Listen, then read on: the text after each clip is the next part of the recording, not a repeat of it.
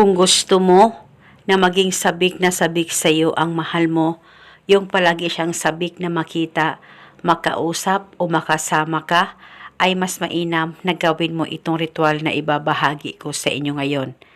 At kung gusto mo na sobrang mananabik rin ang partner mo sa iyo, kahit gaano pa kayo kalayo sa isa't isa, ay mananabik siya sa iyo. Kahit sa cellphone mo lang ay gusto kanyang makita at makausap, ay pwede mo pa rin gawin itong ritual.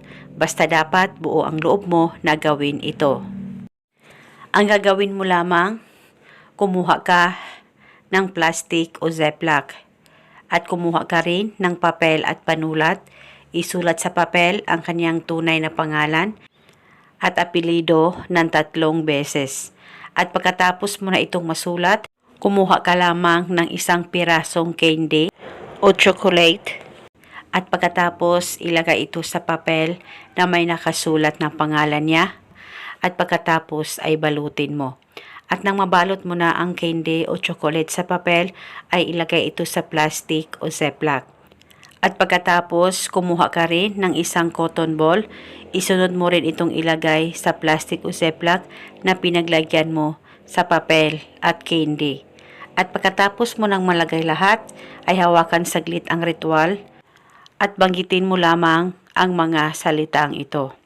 Pangalan at apelido sa kapangyarihan nitong ritual, ikaw ay maging sabik na sabik sa akin bawat minuto. Ibulong mo lamang ito ng 3 beses.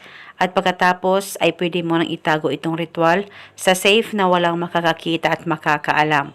Itago ito hanggang 7 araw. At pagkatapos ng 7 araw, kunin mo yung candy at pwede mo itong kainin o pwedeng itapon, depende po sa inyo.